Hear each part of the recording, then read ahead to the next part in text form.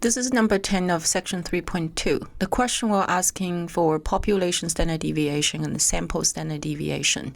So remember the letter sigma representing population standard deviation. And when you using that formula, that was dividing by exactly how many numbers of the data in there. But if you have sample standard deviation, the letter should be S, and you're dividing by how many sample size minus 1. Okay, so under StatCrunch, when you do this, be careful. Open the data in StatCrunch. For part A, when you are doing population standard deviation, you know you're going to go to Stat, Summary Stats, and Column. Click the pause in. Then those statistics, if you see variance and standard deviation here, those are actually for sample ones, not the population one. You have to move it down, scroll down until you see unadjusted variance, unadjusted standard deviation. Those will be population variance and standard deviation because you were dividing by n. You didn't adjust that. So you can think about that way, unadjust, because you didn't adjust the sample size. So shift click that in. Okay, so you should have unadjusted variance or unadjusted standard deviation there. Compute. Now, don't look at the variance and standard deviation at the front. You move back here to find out the unadjusted standard deviation, which in here, round to 1 decimal, will be 9.2. The question is asking for standard deviation instead of variance because you have a sigma instead of a sigma square there. So you should have 9.2 there. Okay. Now we're going to pull up 3 samples in order to find out the sample standard deviation.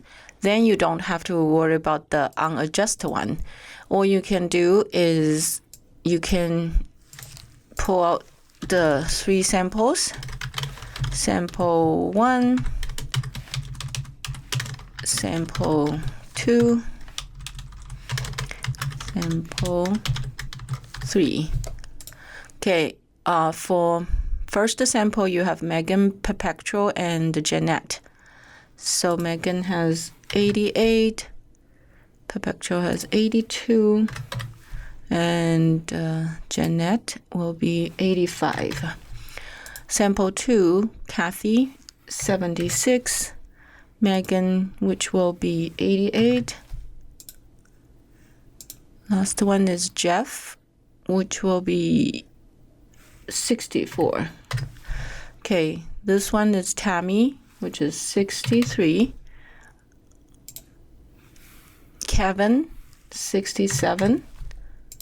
And last one, Jeff, which is 64 again. Okay, now once you have this, you still can do stat, summary stats, and column.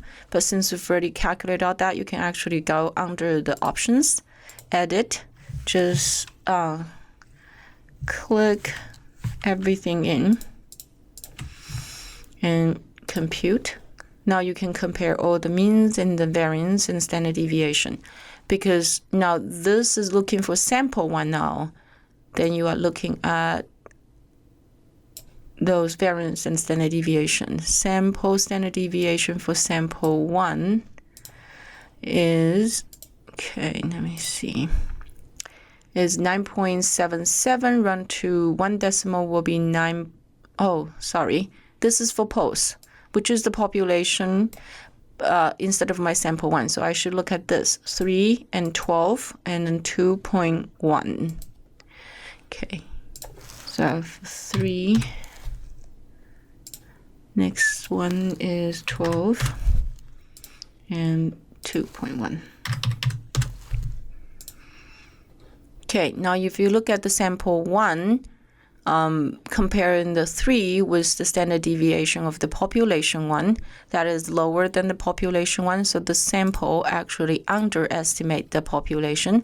Sample 2, you got 12 as a standard deviation, which is bigger than your population standard deviation, so that will be overestimate. And similarly, the last one will be underestimate.